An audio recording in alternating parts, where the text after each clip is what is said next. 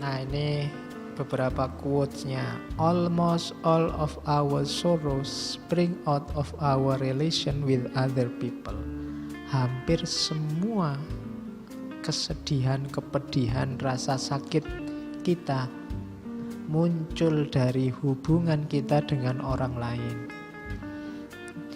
Jadi kepedihan kita, sumpekmu itu kebanyakan ada hubungannya dengan orang lain. Karena hubunganmu dengan orang lain. Itu ayatnya Schopenhauer. Makanya dia termasuk penyendiri. Dia tidak suka banyak bergaul, tidak suka bareng-bareng orang banyak. Karena bagi dia orang lain itu sumber masalah, sumber rasa sakit. Coba tidak ada orang lain, kamu kan bebas ngapain saja. Nanti teori ini dipertajam lagi minggu depan di Sartre. Terus, a human being is the only animal that causes pain to others, not having any other purpose. Manusia itu adalah satu-satunya binatang yang menyebabkan sakit pada yang lain, yang saling menyakiti tanpa ada tujuannya. Jadi tidak ada hewan itu saling menyerang temannya tanpa ada tujuannya, tanpa ada motifnya, kecuali manusia. Manusia itu bisa tiba-tiba saling serang, saling menyakiti yang lain, tidak tahu kenapa. Atau tanpa alasan yang jelas, tanpa tujuan yang jelas. Nah, itu termasuk pandangan pesimisnya Schopenhauer. Jadi human being is the only animal that causes pain to others, not having any other purpose. Kalau ini agak positif. Each day is a little life. Every walking and rising a little bird. Every fresh morning a little youth. Every going to rest and sleep a little death. Jadi hidup kita dalam sehari itu adalah simbol dari hidup kita secara keseluruhan. Hidup kecil. Setiap kita bangun dan bangkit itu kayak kita lahir kembali. Seperti kelahiran yang kecil. Kemudian setiap pagi, every first morning itu kayak masa muda. Dan every going to rest, setiap kita mau istirahat dan tidur itu kayak waktu kita mati. Jadi pelajaran dari hidup kita sehari, seperti itulah kita sejarah babak episode kehidupan kita. Kalau kita bangun itu kayak kita lahir.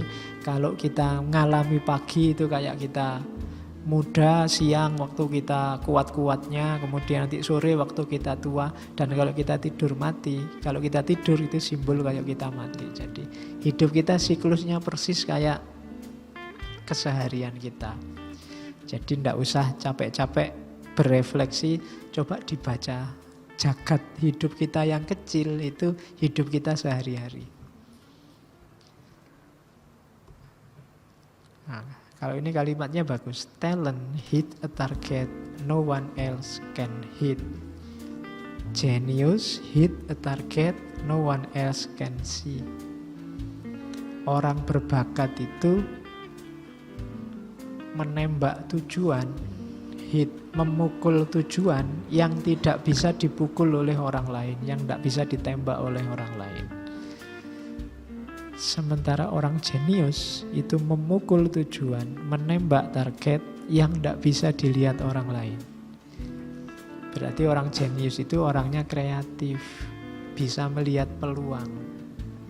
Kalau orang berbakat itu orang yang tangguh, bisa menyelesaikan yang tidak bisa diselesaikan orang. Dua-duanya penting dan bagus. Kalau kita tidak bisa jenius, ya paling tidak berbakat. Latihan untuk jadi berbakat. Dalam hidup ini selalu begitu. Jadilah orang berbakat atau orang jenius. Dua-duanya penting. Kalau ini anjurannya untuk tadi hidup menyendiri. A man can be himself only so long as he is alone. And if he does not love solitude, he will not love freedom. For it is only when he is alone that he is really free. Seseorang itu bisa jadi dirinya sendiri saat dia sendiri, selama dia sendirian. Dan kalau dia tidak suka kesendirian, berarti dia tidak cinta kebebasan. Karena hanya saat sendirian dia benar-benar bebas. Ini anjurannya untuk kayak dirinya, tidak mudah terganggu oleh orang lain. Karena orang lain itu menghalangi dan mengganggu kebebasan kita.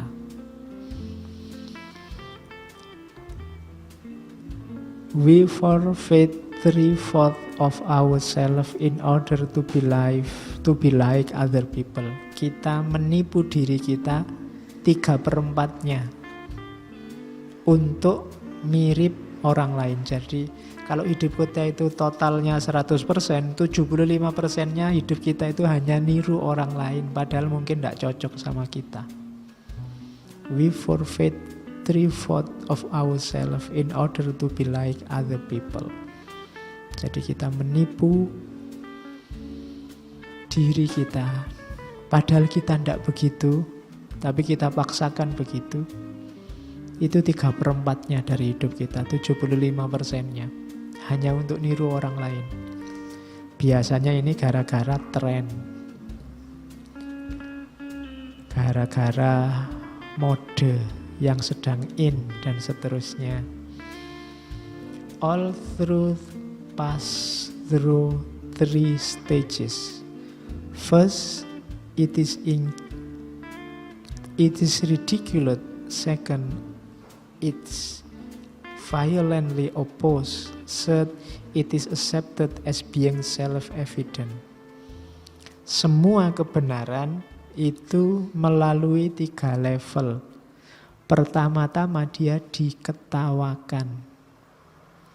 Kedua kali dibully, violently oppose, ditentang terus dikerasi. Karena itu kebenaran, maka pada akhirnya diterima karena dianggap sudah benar, self-evident, terbukti dengan sendirinya.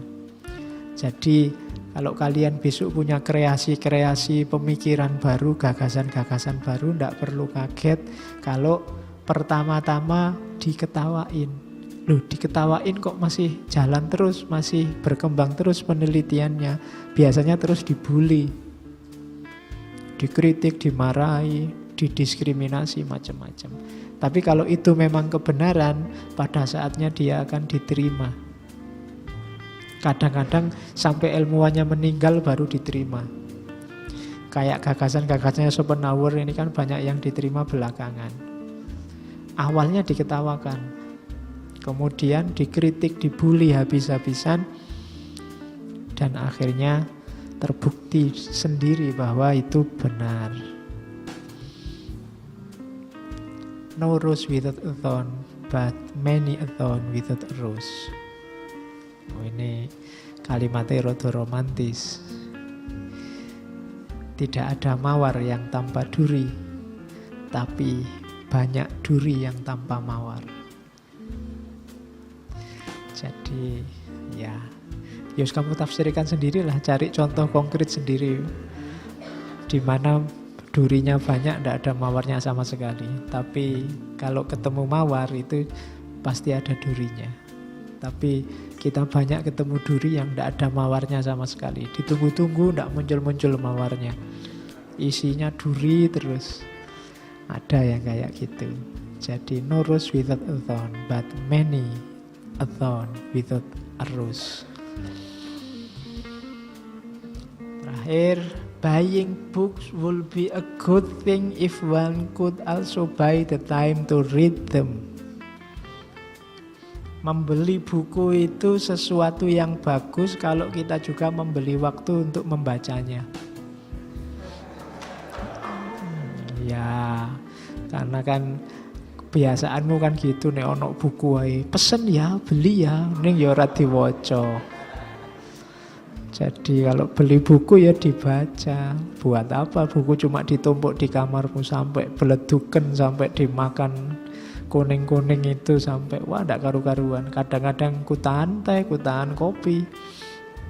Kasihan sekali buat lemek bukunya, cuma buat lumayan ada buku, ada tataannya kalau mau makan, kalau mau itu. Iya. Sering-sering kamu begitu.